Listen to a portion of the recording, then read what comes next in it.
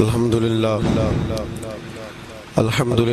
رب العالمین والعاقبۃ للمتقین والصلاة والسلام علی اشرف الانبیاء والمرسلین وعلی آلہ وصحبہ اجمعین اما بعد اعوذ باللہ من الشیطان الرجیم بسم اللہ الرحمن الرحیم یا ایہا الذین آمنوا اتقوا اللہ ولتنظر نفس ما قدمت لغد واتقوا اللہ ان اللہ خبیر بما تعملون صدق اللہ العظیم وصدق رسولہ النبی الکریم ان اللہ وملائکتہ یصلون علی النبی یا ایہا الذین آمنوا صلوا علیہ وسلموا تسلیما الصلاة والسلام علیک یا سیدی یا رسول اللہ وعلا آلک واصحابک یا حبیب اللہ اللہم صلی علی سیدنا و مولانا محمد معدن الجود والکرم وآلہ وبارک وسلم۔ حمد و صلاة کے بعد اللہ تبارک و تعالیٰ نے قرآن مجید سورۃ الحشر کے اندر ارشاد فرمایا ہے کہ یا ایھا الذین آمنوا اتقوا اللہ، اے ایمان والو اللہ سے ڈرو، وَلْتَنْظُرْ نَفْسٌ مَا قَدَّمَتْ لِغَدٍ، ہر آدمی یہ سوچ لے کہ اس نے اپنے آگے کیا بھیجا ہوا ہے، جو اس نے آخرت کے لیے جمع کرایا ہے وہ کیا ہے، یہ غور کر لے وہ۔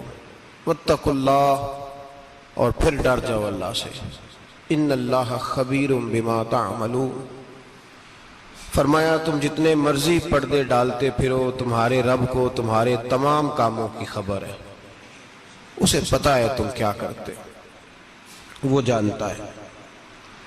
عزیز دوستو، بزرگوں اور بھائیوں، قرآن مجید نے دو چیزوں پر بڑا زور دیا ہے، ایک اللہ کو ماننا، اور اللہ کو ماننے کا مطلب ہے نبی پاک کو بھی ماننا، اللہ کو ماننے کا مطلب ہے کتابوں کو بھی ماننا، قرآن پاک کو بھی ماننا۔ لیکن دو باتیں آپ کو زیادہ ملیں گی، ایک ایمان، اور اس کے بعد سب سے زیادہ زور ہے ایمان بالآخرت پر، آخرت کو مانو۔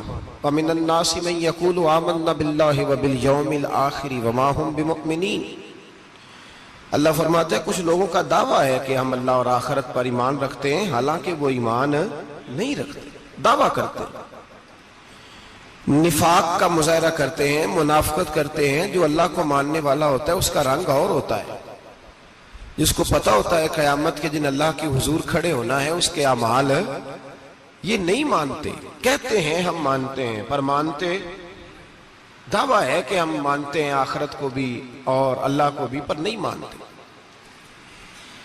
قیامت قائم ہونا ضروری ہے، اگر وقوع قیامت نہ ہو تو ظالم کی تو موجیں لگ گئیں، جابر تو موج کرے گا، فاسق اور فاجر تو کہیں گے دنیا میں بھی ہم اپنے اقتدار کے زور پر جیتے رہے، آج بھی ہمیں پوچھنے والا کوئی نہیں۔ عقلاً نقلاً قیامت کا قائم ہونا ضروری ہے۔ قیامت قائم ہوگی تو مظلوم کو اس کے ظلم پر داد رسی کی جائے گی اور ظالم کو سزا ملے گی۔ ایک آدمی ساری زندگی دنیا کے اندر لوٹ مار کرتا رہا، دھوکہ فریب فراڈ کرتا رہا، اس کی راتیں شراب و کباب میں گزر گئیں، وہ مرے اور بات ختم ہو گئی، ٹھیک ہے موج کر کے چلا گیا۔ ایک آدمی ساری زندگی اس نے اللہ تبارک و تعالیٰ کی رضا کے لیے اپنی نظر کی حفاظت کی، زبان کی حفاظت کی، یہاں تک کہ دل کی بھی حفاظت کی، وہ بھی مرے تو معاملہ ختم ہو گیا۔ اس طرح تو پھر سرکش کا کچھ بنے گا ہی نہیں۔ نظام زندگی ساری اس کی سوچ ختم ہو کے رہ جائے گی اگر قیامت قائم نہیں ہوتی۔ قیامت کا قائم ہونا حق ہے، اس لیے قرآن مجید نے ایک جگہ پہ نہیں 20 جگہ پہ یہ بیان فرمایا ہے کہ قیامت ضرور قائم ہوگی، قیامت، اور وہ قائم ہو کر اپنے سارے لوازمات سمیت قائم ہوگی۔ میرے نبی پاک صلی اللہ علیہ وسلم نے فرمایا مظلوم کو حق ملے گا، ظالم کو سزا ملے گی۔ جابر اس دن اللہ کی بارگاہ میں رسوا کیے جائیں گے، جن پر جبر کرتے رہے انہیں اللہ کے حضور سے عطا کیا جائے گا۔ قیامت کا وقوع ہونا ضروری ہے، اور قیامت تو جب قائم ہوگی تب ہوگی، دنیا میں بھی ایسا ہوتا ہے۔ ظلم کا انجام ٹھیک نہیں ہوتا، جبر کا انجام، جھوٹ کی زندگی لمبی نہیں ہوتی، دھوکے، فریب، فراڈ، ملمہ سازی، ان چیزوں کی عمریں اللہ نے تھوڑی رکھی ہیں۔ وقتی طور پر ظالم کو، دھوکے باز کو، جابر کو جو مہلت ملتی ہے وہ سمجھتا ہے میری سیاست کام کر رہی ہے، وہ سمجھتا ہے میں بڑا دانا ہوں، بڑا چالاک ہوں، دیکھ لو اتنے ظلم کے، جبر کے، دھوکے کے باوجود بنا ہوا ہوں۔ حالانکہ اللہ کی طرف سے اسے مہلت ملتی ہے، اور بڑا ہی مہربان ہے، مہلت اس طرح دیتا ہے کہ میرے نبی پاک علیہ السلام نے فرمایا جب میرا مسلمان نیکی کرتا ہے تو اللہ فرشتوں سے فرماتا ہے 70 گنا بڑھا کے لکھ لو اس کی نیکی، 70 گنا۔ اور جب گناہ کرتا ہے تو اللہ فرماتا ہے ٹھہر جاؤ ابھی لکھنا نہ، اسے ٹائم دو۔ یا اللہ کتنا؟ فرمایا 24 گھنٹے تو دو، ہو سکتا ہے توبہ کر لے، یہ اس کی مہربانی ہے۔ اب وہ جو اللہ نے مہلت دی ہے نا کہ شاید توبہ کر لے، لوگ سمجھتے ہیں میری چالاکی کی وجہ سے نظام سیٹ چل رہا ہے، میں بڑا تیز ہوں، 2 4 5 باتیں بولتا ہوں سب صحیح ہو جاتا ہے۔ لوگ اس کو اپنی دانائی سمجھ لیتے ہیں، حالانکہ وہ اللہ کی طرف سے۔ فرعون نے کئی 100 سال حکومت کی، اور اس طرح اس نے ظلم کیے کہ لاکھوں اور ہزاروں بچے قتل ہی کرا دیے۔ 12,000 عورتوں کے پیٹ میں حمل تھا اس نے ضائع کرا دیا۔ جب حضرت موسیٰ علیہ السلام اپنی قوم کو لے کے نکلے، رستے میں دریا آ گیا، فرعون پیچھے لگا ہوا تھا، وَإِذْ فَرَقْنَا بِكُمُ الْبَحْرَ فَأَنْجَيْنَاكُمْ، اللہ فرماتے تمہارے لیے میں نے دریا کو پھاڑا اور تمہیں نجات دے دی، وَأَغْرَقْنَا آلَ فِرْعَوْنَ، اور فرعون کو غرق کر دیا، وَأَنْتُمْ تَنْظُرُونَ، تم کھڑے دیکھ رہے تھے۔ اب جب حضرت موسیٰ دریا کے کنارے پہنچے تو فرعون بھی پیچھے آیا۔ فرعون لوگوں سے کہا کرتا تھا کہ میں کہتا ہوں تو دریا چلتا ہے، میں کہتا ہوں تو ہوائیں آتی ہیں، میرے حکم کے پابند ہیں سارے۔ جاگ رہے ہیں نا آپ حضرات، غور فرمائیے گا بات پر۔ دعویٰ تھا اس کا کہ میں کہتا ہوں تو نظام زندگی چلتا ہے۔ اب جب دریا کے کنارے پہنچی حضرت موسیٰ علیہ السلام تو اللہ نے حکم دیا کہ آپ عصا ماریں۔ جناب موسیٰ نے عصا مارا، 12 رستے بن گئے۔ اب حضرت موسیٰ کی قوم گزر رہی تھی تو فرعون سے پوچھنے لگے کہ تو کہتا تھا میرے حکم سے چلتا ہے، تو وہ تو حضرت موسیٰ نے ڈنڈا مارا ہے تو رستہ بن گیا ہے۔ باز نہیں آتا انسان باز بہانے بڑے ہیں اس کے پاس، بڑی دلیلیں ہیں، جھوٹ سچ بول کے اپنے آپ کو مطمئن کرتا ہے، آخر دم تک تبدیل ہونے کو تیار نہیں ہوتا، دلیلیں گھڑتا رہتا ہے، بناتا رہتا ہے، شور کرتا ہے جان بوجھ کے۔ بھئی تو کہتا تھا میرے چلانے سے چلتا ہے، تو باز ابھی بھی نہیں آیا۔ کہنے لگا میں نے ہی حکم دیا ہے کہ ذرا پھٹ جا، مجھے یہ زندہ چاہیے۔ باز رسی جل گئی، بال کہنے لگا میں نے ہی کہا ہے دریا کو کہ یہ مجھے زندہ چاہیے، میرے بھاگے ہوئے ہیں تو اس لیے پھٹا ہے، تو آؤ میرے ساتھ دریا کراس کرے۔ تو پتا تو ان کو بھی تھا نا جتنا تو رب بنا ہوا ہے، پتا تو تھا، سارے جانتے تھے۔ کہنے لگے تو پہلے کراس کر، اگر تو بچ گیا تو ہم بھی پیچھے آتے ہیں۔ اب چاروں ناچار۔ ایک روایت تو یہ ہے کہ یہ جب خدائی کا دعویٰ کرتا تھا نا، تخت پہ بیٹھا ہوتا تھا، تو ایک دن حضرت جبریل آئے اس کے پاس انسانی شکل میں، تو کہنے لگے میں بڑی دور سے آیا ہوں تو ایک مسئلہ پوچھنا تھا۔ کہا پوچھو۔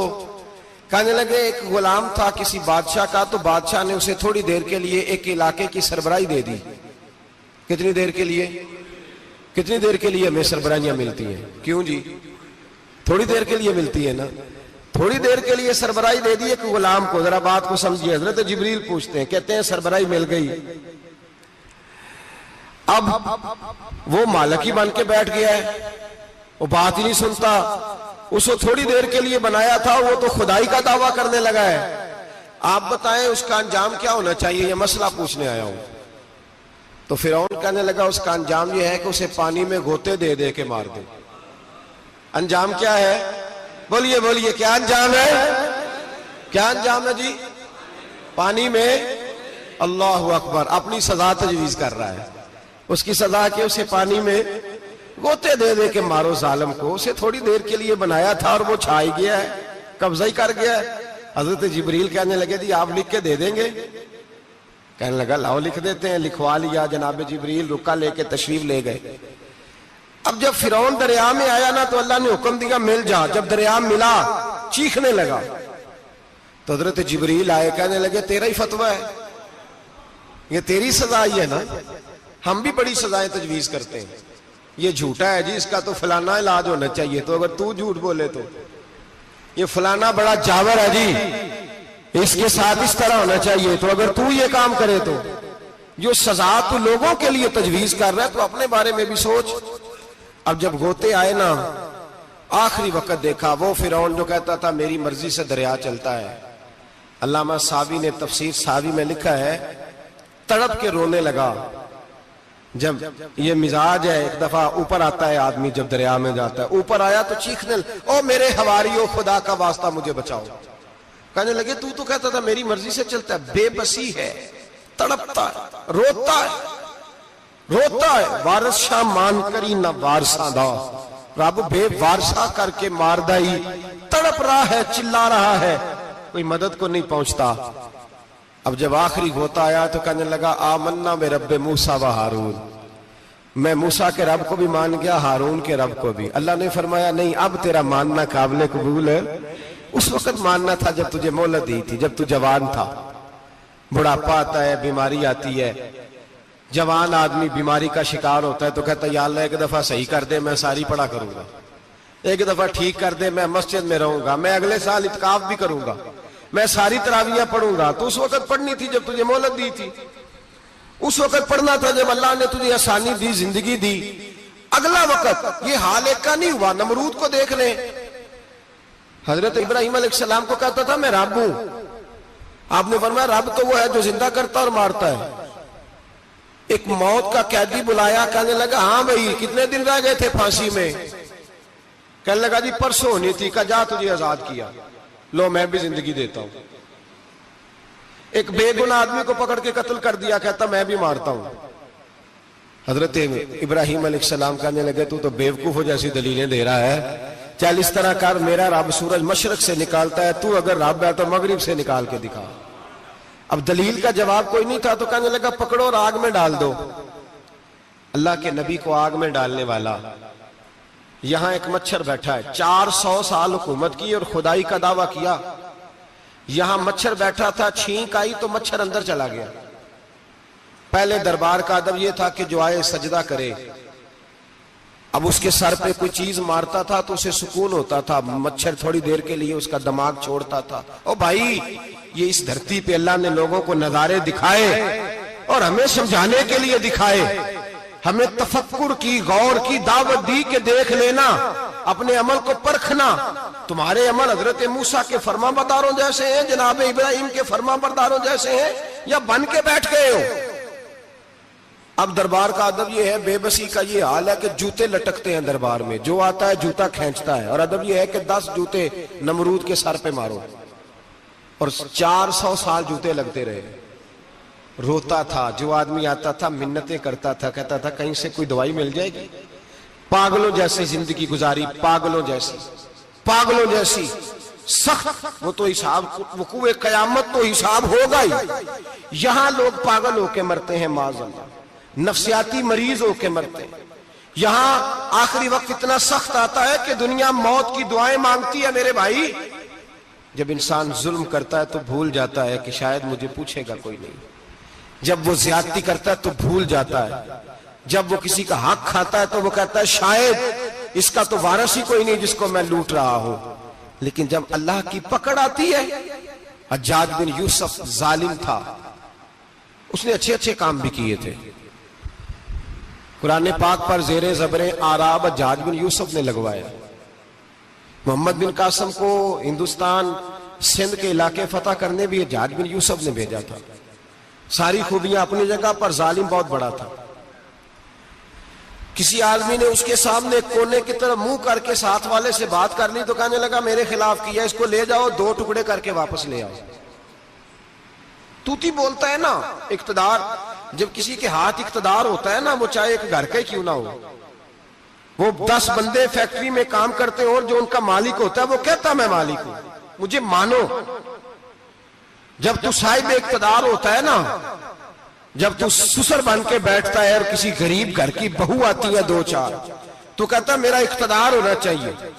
جب میں کھانسنے لگوں تو ہر آدمی کے ہاتھ میں ٹشو پیپر ہونا چاہیے، جب میں بولنے لگوں تو بندھے ہوئے ہاتھوں سے ہر آدمی جی جی کرتا ہوا کھڑا ہونا چاہیے۔ جس آدمی کا، اور یہ کام بہو بھی کرتی ہے کئی دفعہ، وہ بھی کہتی ہے کہ تمہیں پتا نہیں میں کتنا لمبا چوڑا جہیز لے کے آئی ہوں، جب میں سونے کے لیے اپنے بیڈ روم میں جاؤں تو خبردار بوڑھے بابے کو اجازت نہیں کہ وہ کھانسے۔ اماں کو چاہیے کہ اگر اس کو بڑی سخت پیاس بھی لگی ہے تو میرے سوتے سوتے باورچی خانے میں برتن نہ کھٹکھٹائے۔ جو جہاں بھی جس اسٹیج پہ بھی بیٹھتا ہے وہ کہتا ہے کوئی نہیں مجھے پوچھنے والا، میں مطلق العنان ہوں۔ جوان بوڑھوں کا مذاق اڑاتے ہیں، سمجھتے ہیں شاید کبھی بوڑھے نہیں ہونا، مذاق اڑاتے ہیں۔ تندرست لوگ بیماروں کا مذاق اڑاتے ہیں، شاید کبھی بیمار نہیں ہونا۔ حجاج بن یوسف ظالم تھا، ظلم کرتا تھا، زیادتی کرتا تھا۔ حضرت سعید بن جبیر ایک تابعی بزرگ تھے، اتنے بڑے بزرگ تھے کہ ساری رات نماز پڑھتے تھے، سارا سال روزہ رکھتے تھے۔ ایک دن انہوں نے منبر پہ بیٹھ کے کہا کہ حجاج ظلم سے باز آ جائے ورنہ اللہ کی لاٹھی بڑی بے آواز ہے۔ اللہ کی لاٹھی، اس کا کیا مطلب ہوتا ہے؟ اس کا مطلب ہے جب رب کی لاٹھی چلتی ہے تو اس کی آواز، جی اس کا پہلے کوئی پیغام، وہ پہلے اعلان نہیں کرتا کہ تگڑے ہو جاؤ لاٹھی چلنے لگی ہے، لاٹھی چلتی ہے پر اس کی آواز، سمجھ آ رہی ہے میری بات کی؟ جمعۃ الوداع کے لیے تشریف لانے والے احباب خاص غور فرمائیے گا۔ حجاج بن یوسف کو پتا چلا کہ حضرت سعید بن جبیر نے میرے خلاف بات کی، بلا لیا، کہنے لگا تو نے میرے خلاف بات کی ہے؟ فرمانے لگے کی ہے۔ کہنے لگا تجھے پتا ہے میں قتل کر دوں گا؟ آپ فرمانے لگے نہ تو زندگی کا مالک ہے نہ موت کا مالک ہے، تو کیسے قتل کر؟ کہنے لگا تجھے پتا ہے میرا؟ فرمایا میں نے تجھے نہیں، میں نے تو کئی شداد، کئی حماد، کئی قارون، کئی فرعون، کئی نمرود دیکھے، کئیوں کی داستانیں سنی، تو کون ہے؟ تو چھوٹا سا ہے۔ ایک جملہ ہے ملا جلال الدین رومی کا، بڑے درویش تھے، ایک بات کہہ گئے، کہنے لگے نمرود جتنے پیسے نہیں، فرعون جتنی حکومت نہیں، قارون جتنی دولت نہیں، ورنہ فرمانے لگے میرے زمانے میں بھی کئی لوگوں کا خدا بننے کو دل کرتا ہے، کئی لوگوں کا دل کرتا ہے، لیکن نمرود جتنے پیسے، فرعون جتنی طاقت اور قارون جتنی دولت نہیں، ورنہ ہو سکتا ہے لوگ دعویٰ کر جائیں معاذ اللہ ثم معاذ اللہ۔ یہ آج سے کئی سو سال پہلے وہ کہہ رہے ہیں، آج تو حالات بڑے ابتر ہیں، اس کی نسبت خطرناک ہے۔ فرمانے لگے حضرت سعید بن جبیر تو زندگی موت کا مالک نہیں۔ کہنے لگا پکڑو، قتل کرو اسے، لے جاؤ۔ جب پکڑ کر کھینچ کر لے جا رہے تھے نا تو حضرت سعید بن جبیر مسکرانے لگے۔ اب ظالم کے سامنے مسکرائے تو اس کو بڑا غصہ آیا، یہ میرا مذاق اڑاتا ہے؟ بلا لیا، ادھر آؤ، کیوں مسکرا رہے ہو، کیا ہوا؟ تو حضرت سعید بن جبیر کہنے لگے میں مسکرا رہا ہوں تیری بیوقوفی پر اور اپنے اللہ کی دی ہوئی ڈھیل پر۔ میں مسکرا رہا ہوں کہ یا اللہ کیا بات ہے، کیا تیرا شان ہے، کیسے لوگوں کو ڈھیل دی ہوئی ہے۔ میں مسکرا رہا ہوں تیری بیوقوفی پر کہ تو سمجھتا ہے شاید مجھے پوچھنے والا کوئی نہیں۔ کہنے لگا اس کو باہر نہ لے جاؤ، میرے سامنے قتل کرو۔ ٹھیک ہے جی، قتل کرنے لگے تو حضرت سعید بن جبیر نے منہ کعبے کی جانب کر لیا، انی وجہت وجہی للذی فطر السماوات والارض حنیفا وما انا من المشرکین۔ جب آپ نے یہ آیتیں پڑھی نا کہ میں نے منہ کر لیا ہے اپنے رب کی جانب، کرو مجھے قتل، کہنے لگا نہیں نہیں، اس کا منہ پھیرو، کعبے کی طرف ہو کے قتل نہ ہو، ہے ظالم پر پاگل ہو گیا ہے۔ حضرت سعید بن جبیر کے حوصلے نے شکست دے دی، ناکام ہو گیا، مخبوط الحواس ہو، کہنے لگا اس کا منہ پھیر دو۔ جب کعبے سے پھیرا تو آپ فرمانے لگے للہ المشرق والمغرب فإنما تولى فثم وجه اللہ۔ اللہ فرماتا ہے تو مشرق اور مغرب سارا ہی اللہ کا ہے، جدھر بھی منہ کرو گے ادھر اللہ ہی اللہ ہے، جدھر بھی منہ کرو گے ادھر اللہ ہی اللہ ہے، چاروں جانب۔ پھیر دے جدھر منہ پھیرنا ہے، تو نے پھیر دیا منہ۔ حضرت سعید بن جبیر کے گلے پہ خنجر رکھا تو آپ نے ہاتھ اٹھائے, کہنے لگے اے اللہ میرے بعد اسے کسی اور پر مسلط نہ کرنا, میرے بعد کسی اور پر مسلط نہ, بس میں آخری ہوں. جب آپ ذبح ہوئے تو اتنا خون نکلا کہ لوگ کہتے ہیں جتنا اونٹ کے وجود سے نکلتا ہے.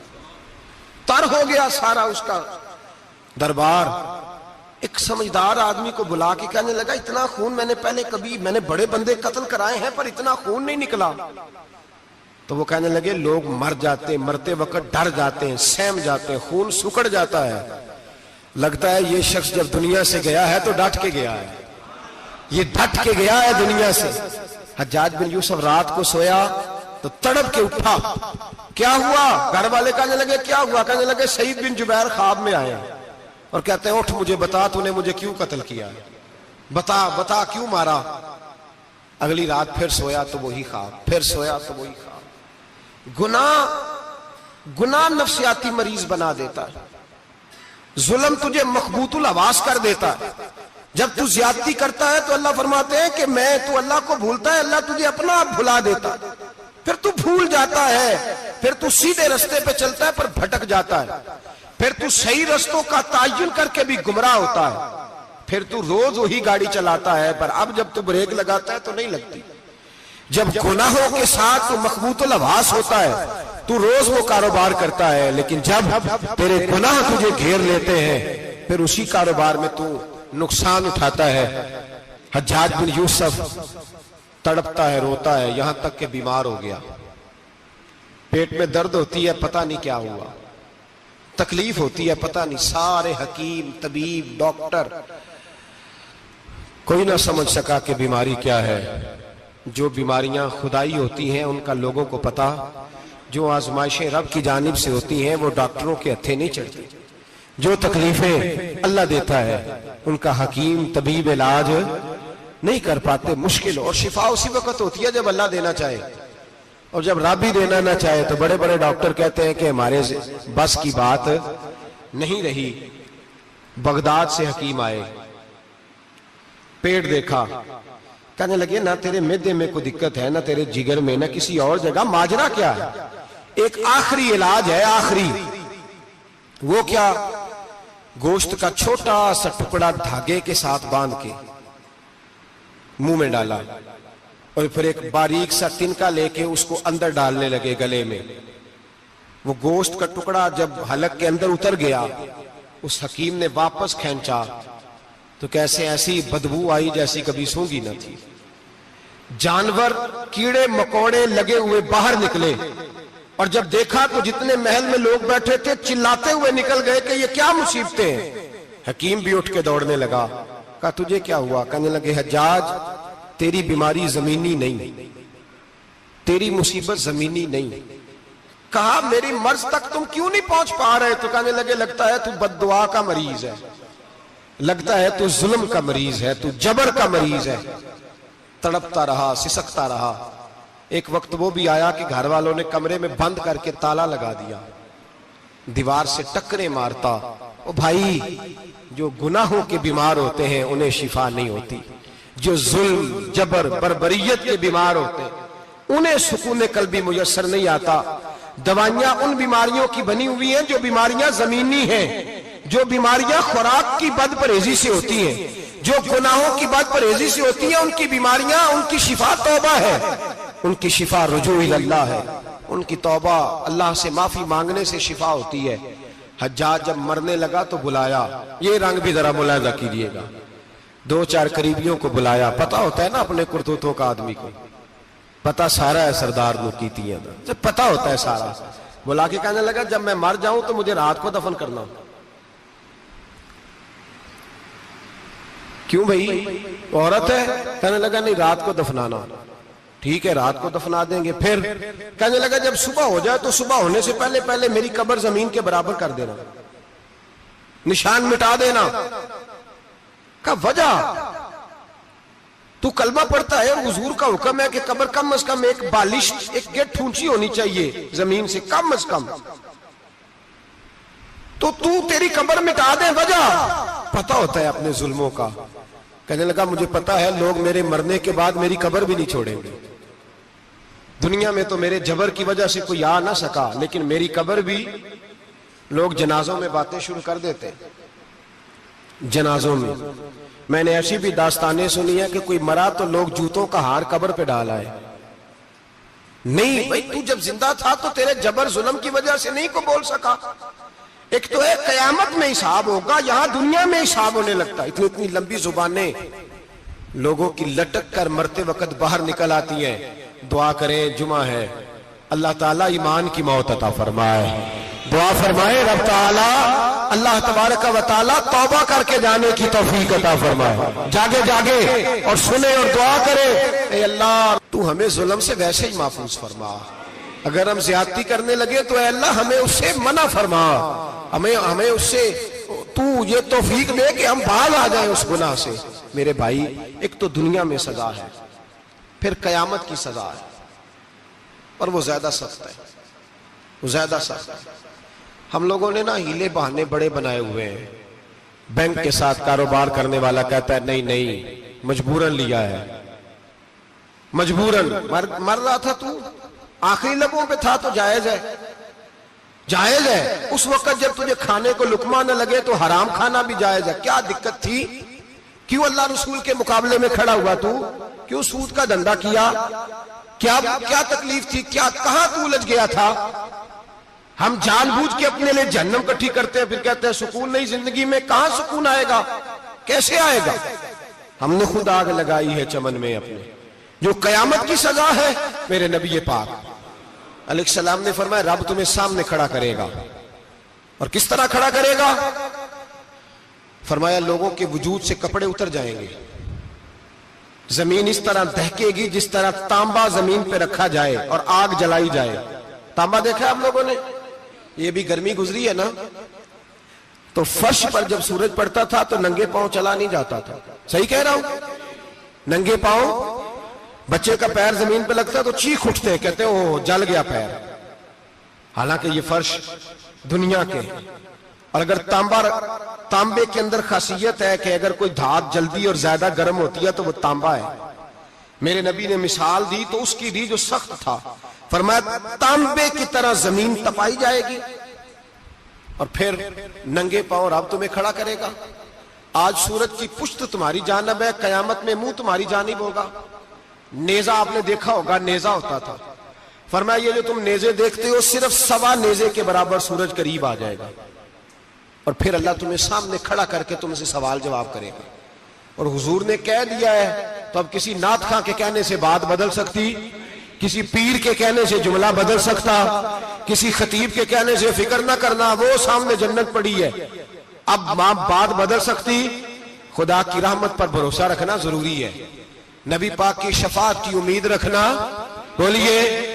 لیکن جو حضور نے بیان کیا ہے اس کو ماننا بھی یہ بھی ضروری ہے. میرے نبی پاک نے فرمایا اللہ تم سے حساب لے گا اور اللہ پوچھے گا، تم نے جواب دینا ہے. حضور کس شے کا؟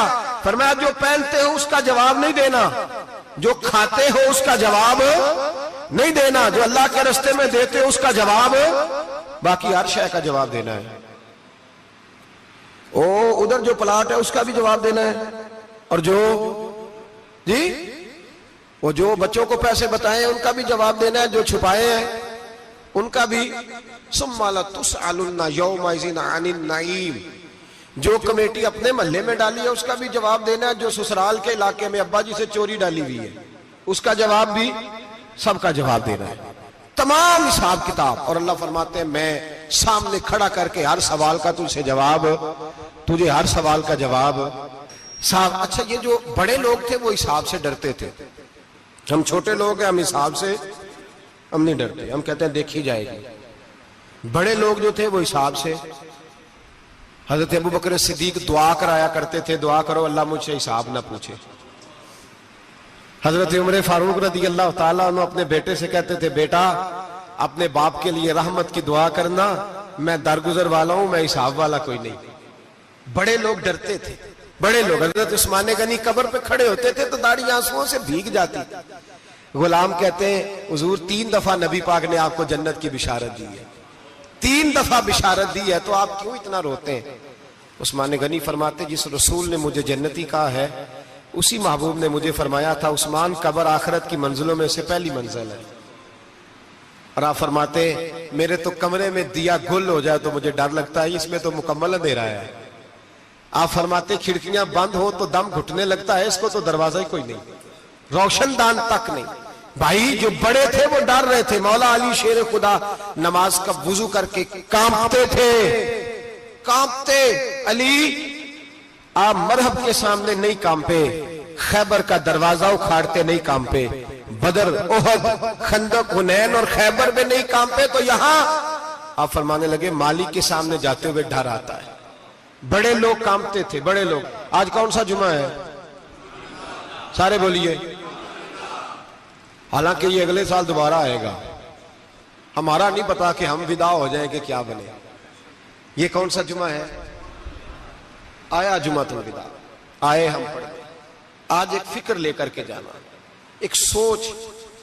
جہاں روز رات کو بیٹے کی ٹینشن، بیٹی کی ٹینشن، بھائی کی ٹینشن، پوتے کی ٹینشن ہوتی ہے نا، ایک ٹینشن اور اپنے آج ایک ٹینشن بڑھا لو، قبر کی ٹینشن پیدا کر لو، قیامت کی تھوڑی سی فکر کر لو، تھوڑی سی ایک لمحے کے لیے صحیح تھوڑا خیال پیدا کرے. حضرت حسن بصری نام سنا ہوا ہے نا، یہ حضرت علی کے شاگرد ہیں. نبی پاک کے گھر میں آ جاتے تھے کئی دفعہ، بچے تھے جب. حضرت حسن بصری تابعی ہیں. فرماتے خانہ کعبہ میں عمرہ کرنے گیا، طواف کعبہ کر رہا تھا تو بڑا عجیب منظر ہوا. رات کی تنہائی ہوئی. اس وقت کئی دفعہ طواف بند بھی ہوتا تھا، اس لیے کہ رش کم ہوتا تھا تو رات کو سب سو جاتے. کہتے رات ذرا گہری ہوئی تو لوگ اپنا اپنا خیمہ لے کے جاتے تھے. اب تو ہوٹل ہے نا تو خیمے لگتے تھے، لوگ خیمہ لے کے جاتے تھے، جہاں جگہ ملتی تھی خیمہ لگا کے رہتے تھے. فرماتے میں رات کو سویا خیمے میں، ایک دردناک آواز آئی. میٹھی ہے، دھیمی ہے، پر درد بڑا ہے. کوئی رونے والا رو کے کہتا ہے اللہ حساب قیامت میں مجھ سے نہ لینا، اے اللہ تنہائی میں جتنا مرضی حساب لینا پر لوگوں کے سامنے نہ لینا. اور پھر کہتا ہے اللہ فضل تو تب کرے جب تو میرا حساب پوچھے ہی نہ. پھر چند منٹ گزرے تو پھر وہ رونے لگا. میرے کانوں میں آواز آئی، کہنے لگا اے اللہ حساب تو ان کا لیا جاتا ہے جو حساب کے قابل ہوتے ہیں. اعلیٰ حضرت کہتے ہیں نا رضا سے تو کیا حساب لے گا، رضا بھی کسی حساب میں ہے. اے اللہ میں قابل نہیں، مجھ سے حساب نہ لینا. کہتے تھوڑی دیر گزری تو پھر وہ رونے لگا. پھر ذرا سانس سنبھلے تو پھر کہنے لگا اے اللہ میں تو لوگوں کو کوئی بندہ حساب پوچھ لے تو نہیں دے سکتا، میں تجھے کیسے حساب دوں گا. پھر تڑپنے لگا.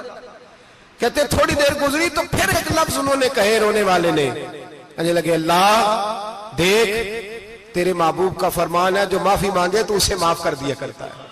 اے اللہ میں معافی مانگنے آیا ہوں اور مسجد نہیں آیا، میں کعبۃ اللہ ہی آ گیا ہوں. کہتے ہیں وہ اتنا روئے کہ چیخ آئی ان کی. اور جب دھڑام سے کوئی زمین پہ گرا تو میں پریشان ہوا کہ اب تو بے ہوش ہو گیا.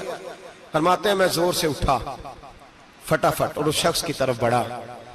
میرے دل میں خیال ہے کوئی گناہگار ہے بیچارہ، تو چلو میں بھی دعا کرتا ہوں. اس کو کہتا ہوں بیٹے فکر نہ کر، اللہ تیری مدد کرے گا. فرماتے میں گیا اس نیت کے ساتھ کہ میں کہوں گا چلو اٹھو تم بھی دعا کرو میں بھی کرتا ہوں، اللہ ہم سے حساب نہ پوچھے. کہتے میں گیا تو وہ شخصیت بے ہوش پڑی تھی، کالے سیاہ بال ان کے چہرے پہ بکھرے ہوئے تھے. کہتے ہیں لوگوں جب میں نے زلفیں ہٹائیں چہرے سے تو میرا وجود کانپنے لگا آسمان ٹوٹ پڑے گا، زمین پھٹ جائے گی، ستارے بکھر جائیں گے، آج بہہ جائیں گے سمندر. فرماتے ہیں میری چیخیں نکل گئی. یہ کوئی گناہگار تو نہیں، یہ تو حضرت فاطمہ کے پوتے امام زین العابدین ہے. یہ تو امام حسین کا وہ بیٹا ہے جو کربلا میں تنہا بچے تھے. فرماتے ہیں میں امام کا چہرہ دیکھا تو بھاگ کے آیا اور میں نے اپنی داڑھی ان کے پیروں کے ساتھ مس کی اور میں نے کہا حضور اٹھئے.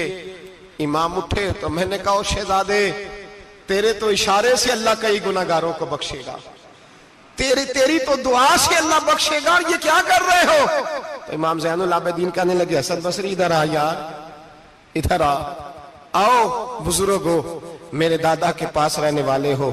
میں نے آج ہی سنا ہے کہ اس کا عذاب بڑا سخت ہے، آؤ میرے لیے دعا کرو، اللہ پاک مجھ سے حساب نہ پوچھے، کہا حضور نہ کریں۔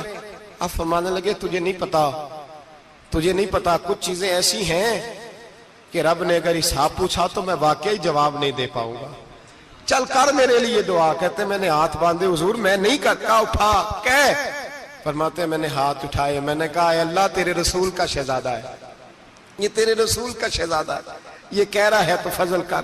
او بھائی جو بڑے تھے وہ تو تڑپتے تھے، سسکتے تھے۔ ابو علی ہیتی کہتے خانہ کعبہ میں پتھر پہ سر رگڑ رگڑ کے کوئی بوڑھا کہہ رہا تھا اے اللہ اول تو حساب نہ لینا، اور اگر لینا تو مجھے اندھا کر کے اٹھانا، میں تیرے نیک بندوں کے سامنے شرمندہ نہیں۔ اقبال رو پڑے، اقبال کچھ لوگوں نے لکھا ہے یہ آخری ربائی ہے ڈاکٹر اقبال کی، آخری، اس کے بعد شاید اس نے کلام نے کچھ سیرت نگاروں کا خیال ہے۔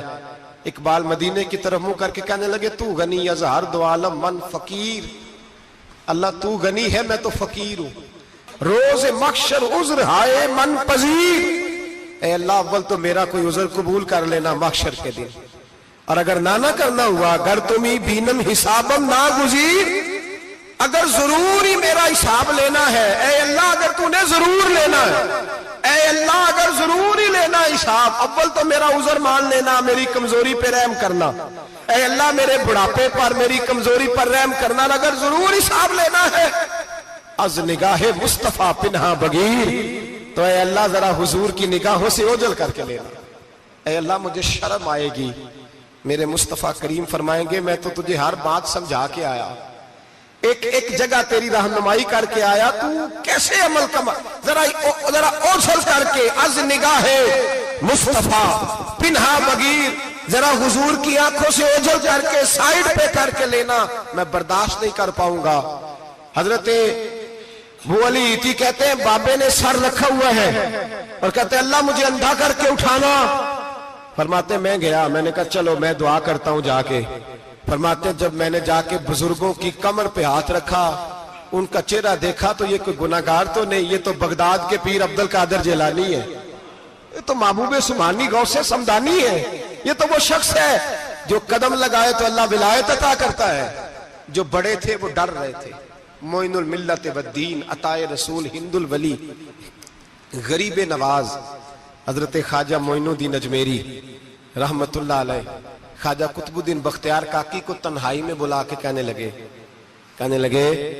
معین الدین سید زادہ ہے، معین الدین حضور کے خاندان میں پیدا ہوا ہے، معین الدین سے اس کے پیر کو بڑی امیدیں تھیں، معین الدین کو رسول پاک نے ہندوستان بھیجا تھا، پر قطب الدین یار معین الدین تبلیغ کا حق نہیں ادا کر سکا۔ حضرت خواجہ قطب الدین کہنے لگے حضور 90 لاکھ تو مسلمان کر دیے، اور کیا حق تھا؟ فرمایا نہیں، جب تو تہجد کی نماز پڑھے نا بیٹا اپنے لیے دعا مانگنا تو خدا سے کہنا مولا میرے پیر کی کوتاہیاں معاف کر، وہ جس اعزاز کا تھا وہ کام نہیں کر سکتا، جو بڑے تھے ان کی تو باتیں بڑی تھی، یہ جو ہم چھوٹے آئے ہیں نا نئے، ٹکٹیں دیتے پھرتے ہیں، ٹکٹیں، بے نمازی جاہل ان پڑھ پیر ٹکٹیں بانٹتا ہے لوگوں کو، تو بھی بخشا ہے تو بھی بخشا ہے، وہ 90 لاکھ لوگوں کو رائے حق پر لگا کے بھی کہتے تھے نہیں حق تو یہ ہے کہ حق ادا نہ ہوا، حق تو یہ ہے کہ حق، کوئی شے پلے نہیں، ڈٹا ہوا کھڑا ہے مسلمان، ڈٹا ہوا، یہ حساب سنے۔ کسی نے حضرت ابو ہریرہ سے کہا کہ کوئی ایسی حدیث سناؤ جو آپ کو بھی بڑی محبوب ہو۔ حضرت ابو ہریرہ نے چیخ ماری، رونے لگے اور بے ہوش ہو گئے، پھر ہلایا، پانی پلایا، اٹھے، کہا حضور بات کی تھی حدیث سنائے، پھر رونے لگے۔ ہمیں تو نہیں نہ رونا آتا، ہمیں تو تب آتا ہے جب بیٹا بات نہ مانے، ہمیں تو تب آتا ہے جب کاروبار میں نقصان ہو جائے، ہمیں تو تب رونا آتا ہے جب ہمارا کوئی دوست ہمارے بارے میں غلط بات کر دے، بے عزتی دنیا کی ہو جائے۔ حضرت ابو ہریرہ 3 دفعہ ہوش آیا، 3 دفعہ روئے اور کہنے لگے عزیزو یہ وہ والی حدیث ہے کہ میں سوچتا بھی ہوں تو میں تڑپ اٹھتا ہوں۔ کہا کون سی حدیث؟ تو حضرت ابو ہریرہ کہنے لگے میں نے نبی پاک سے سنا ہے قیامت میں سب سے پہلے علماء کا حساب ہوگا، سب سے پہلے۔ علماء کا۔ رب کریم فرمائے گا تمہاری دین کے نام پر بڑی موجیں تھیں، تمہارے بڑے پوسٹر چھپتے تھے، لائنیں بنا کے لوگ تمہارے ہاتھ چومتے تھے، لوگ تمہاری گڑی کو بھی چومنا اپنے لیے سعادت سمجھتے تھے۔ بتاؤ میرے رسول کے نام پر کھانے والوں کیا کر کے آئے ہو؟ عمل بتاؤ، عمل۔ موج بڑی کی نا تم نے، بتاؤ عمل۔ علماء عالم عرض کرے گا اے اللہ میں جگہ جگہ تیرے رسول کے دین کی بات کرتا تھا، میں قرآن کے درس دیتا تھا، میں راتیں بیدار رہ کے تیاریاں کرتا تھا، میں جو بن سکا کیا۔ رب فرمائے گا نہیں، تو نے تو اس لیے کیا تھا کہ لوگ تجھے پیر صاحب کہیں، مولانا صاحب کہیں، تیرے نعرے لگائیں، تو لگے نہیں پھر تیرے نعرے؟ پھر لوگوں نے لمبے لمبے القابات پکارے نہیں تیرے؟ حضور سید عالم علیہ السلام فرماتے ہیں پہلا حساب اس کا لے گا جو عالم کہلاتا تھا۔ رب پوچھے گا تجھے طاقت دی، ہمت دی، بولنے کی صلاحیت دی، اپنے فضل سے دی، بتا کیا کما کے آیا ہے۔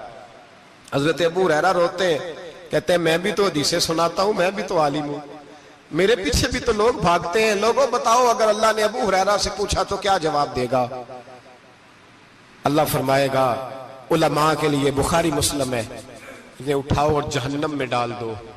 امام غزالی فرماتے ہیں اگر کسی عالم کو سزا ملی تو سب سے سخت عالم کو ملے گی۔ دعا فرمائیں اللہ میرے جیسے لوگوں کو ہدایت کا رستہ عطا فرمائے، اور جو کہتے ہیں سمجھتے ہیں اللہ اس پر عمل کی توفیق عطا فرمائے۔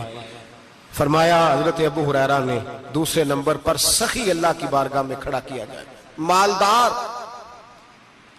رب فرمائے گا بول، کچھ ایسے بھی تھے جن کے پاس شام کی روٹی نہیں تھی، تجھے میں نے تیری تجوری بھر کے تجھے دولت عطا کی، تجھے وراثت میں نے مربے دیے، جائیدادیں دی، بتا۔ وہ کچھ وہ تھے سویرے مزدوری کرنے جاتے تھے، کما کے لاتے تھے، ہزاروں روپیہ تیری بینک میں پڑا تھا، بتا کیا کیا تو نے؟ اے اللہ میں نے مسجد میں دیے، مدرسے میں دیے، 30 دن افطاریاں پکاتا رہا۔ اللہ فرمائے گا تو جھوٹ بولتا ہے، تو سارا کچھ اس لیے کرتا تھا کہ لوگ تجھے سخی کہے۔ ہاں ہاں تیرا اعلان ہوا مسجد میں، لوگوں نے کہا وہ دیکھو کتنے پیسے دے رہا ہے، اس کا وہ دیکھو نام لکھا ہوا ہے ہسپتال کے ایک کونے میں کہ یہ والا بلاک فلاں سیٹھ صاحب نے بنایا، یہ دیکھو لکھا ہوا ہے کہ یہ کمرہ مدرسے کا اس نے بنایا، تو لکھ دیا گیا، نعرے لگ گئے، اب جا دوڑ جا۔ اللہ جہنم میں پھینک دے گا۔ فرمایا پھر شہید کھڑا کیا جائے گا، ہاں بھئی تجھے طاقت دی، ہمت دی، بتا کہاں خرچ کی، کہاں؟ اے اللہ شہید ہی ہو گیا۔ فرمایا وہ تو اس لیے ہوا تھا کہ لوگ تجھے شہید کہیں، بہادر کہیں، تیرے نام پہ روڈ کا نام رکھا جائے، تمغائے حسن کارکردگی ملے سو مل گیا۔ میرے لیے بتا کیا کر کے آیا ہے، میرے لیے، اسے اٹھاؤ اور جہنم میں پھینک دو۔ بھائیو عذاب کڑا ہے، عذاب سخت ہے، حساب سخت ہے، اور جو حساب لینے والا ہے اس کو میں نا تراویح ہو رہی تھی تو قاری صاحب نے ایک سورہ یاسین شروع کی، وَامْتَازُوا الْيَوْمَ أَيُّهَا الْمُجْرِمُونَ۔ اللہ فرماتا ہے قیامت میں کہوں گا مجرم جو ہے نا وہ صفوں سے باہر آ جائے، صفوں سے باہر آ جائے۔ ایک ہمارے فزکس کے ٹیچر ہوتے تھے تو بڑی سخت چھڑی مارتے تھے، تو جب وہ قد بھی بڑا تھا، جلال بھی بڑا تھا، اور اصول بڑے اچھے انسان تھے لیکن سخت تھے، تو مجھے یاد آتا تھا کہ جب وہ سویرے آ کے کہتے تھے جس نے کام نے لکھا وہ باہر نکل آئے۔ 2 قسم کی چوٹ لگتی تھی، ایک تو خیال یہ آتا تھا کہ شرمندگی بڑی ہوگی کہ سارے سٹوڈنٹ بیٹھے ہیں اور 2 3 4 ان کو کہا وہاں مرغے بن جاؤ، بڑی شرم آتی تھی۔ اور پھر جب وہ مارتے تھے اتنا سخت مارتے تھے کہ کئی دن تکلیف رہتی تھی، بتایا نہیں جاتا تھا۔ وہ سٹوڈنٹ بتاتے تھے کہ یار اس سے بچو کسی بھی طریقے، اور کسی کا کام رہ بھی جاتا تھا کہتے تھے اس پیریڈ کی ڈیوٹی سبق یاد کر کے آنا ہے۔ سخت ٹیچر کے بارے میں تیرا میرا یہ رویہ ہے۔ تو یاد آ رہا تھا جب وہ کہہ رہے تھے نا وَامْتَازُوا الْيَوْمَ أَيُّهَا الْمُجْرِمُونَ، تو میں صف میں کھڑا تھا تو 2 قطرے میرے بہہ گئے آنسو کے۔ مجھے ساتھ بچہ کہنے لگا تبھی یہ ٹھیک ہے، میں نے کہا تبھی یہ تو ٹھیک ہے، کچھ یاد آ گیا ہے کہ میدان محشر میں یہاں تو چھپے ہوئے ہیں نا عیب، چھپے ہوئے، اور بھائی رب بڑا کریم ہے، عیبوں کے باوجود نوازتا ہے۔ میرا دعویٰ یہ ہے اگر ہمارے عیب کھل جائیں، لوگ ہمیں دھرتی پہ جینے نہ دیں، لوگ جینے نہ دیں، نکال دیں، اپنے بھی ہمیں برداشت نہ کریں، یہ تو اس کا کرم ہے۔ پتہ سارا ہے سردار نو کیتیاں دا، پردہ چپایا ہی تیرا پلا ہو سی۔ وَامْتَازُوا الْيَوْمَ أَيُّهَا الْمُجْرِمُونَ، اللہ فرمائے گا مجرم باہر آ جائے۔ یا اللہ کیا ہوگا؟ جب سوال جواب ہوں گے تو رب فرماتا ہے تیری زبان پہ مور لگا کے بند کر دوں گا، تیرے ہاتھ بولیں گے، پیر بولیں گے، سر بولے گا، پیٹ بولے گا۔ اس وقت کی فکر پیدا کریں، ٹینشن پیدا کریں۔ وقوع قیامت حق ہے، اور باندھ کے نا لوگ پیر باندھ کے زور کے ساتھ باندھتے۔ سگا بیٹا جب قبر میں دفن کرتا ہے نا تو وہ بھی کہتا ہے وہ کونا، یہ کونا تھوڑا سا مٹی کم ہے، یہاں بھی مٹی ڈالو۔ پہلے لوگ روزانہ جاتے ہیں، پھر ہفتے کے بعد، پھر مہینوں بیت جاتے ہیں۔ کچھ قبریں ایسی بھی ہیں جن پہ کھڑے ہوں تو لگتا ہے قبریں رو رہی ہیں اور کہتی ہیں جاؤ میرے گھر والوں سے جا کے کہو کوئی پھیرا ہی لگا جائے، وہ ایک دفعہ آئے تو صحیح۔ کوئی مٹی نہیں ڈالتا۔ بادشاہوں کی قبریں روتی ہیں، سرمایہ داروں کی قبریں روتی ہیں، کوئی جاتا نہیں۔ اتنے اتنے موٹے سوراخ ہے قبروں میں، آپ اپنے شہر کے قبرستان پھر کے دیکھ لیں، سوراخ ہے۔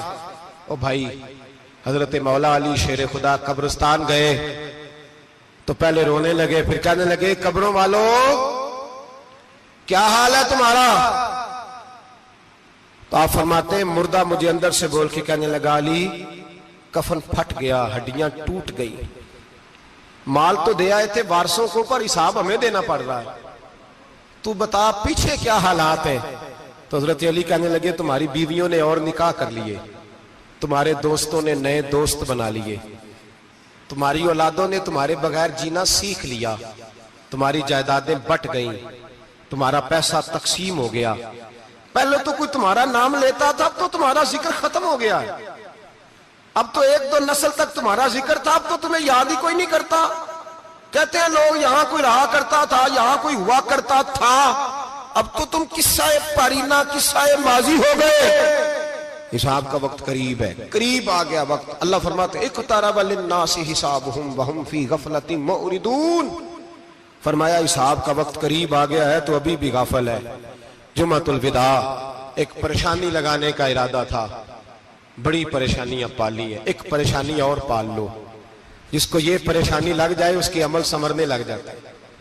یہ پریشانی پال لو کہ اگر مجھے حساب دینا پڑے۔ حضرت عمر کا فرمان، آپ فرمایا کرتے تھے اپنا حساب خود کر لو قبل اس کے کہ اللہ تمہارا حساب کرے۔ خود کر لو اپنا حساب، خود کھاتے ٹھیک کر کے رکھو، چیک کر کے رکھو۔ میری دعا ہے اللہ پاک ہمیں ان میں شامل کرے جن کو وہ معاف کرنے والا ہے۔ آمین تو کہہ دے۔ اللہ تبارک و تعالی ہمیں ان لوگوں میں شامل کرے جنہیں اللہ بغیر حساب جنت عطا کرنے والا ہے۔ فکر پیدا کریں، سوچ پیدا کریں۔ اللہ تبارک و تعالیٰ کو راضی کرنے کے ایام ہے اور اس کی رضا کی طرف توجہ کریں سارے حضرات۔ اللہ تبارک و تعالیٰ آپ کو سعادت مندیاں اور برکتیں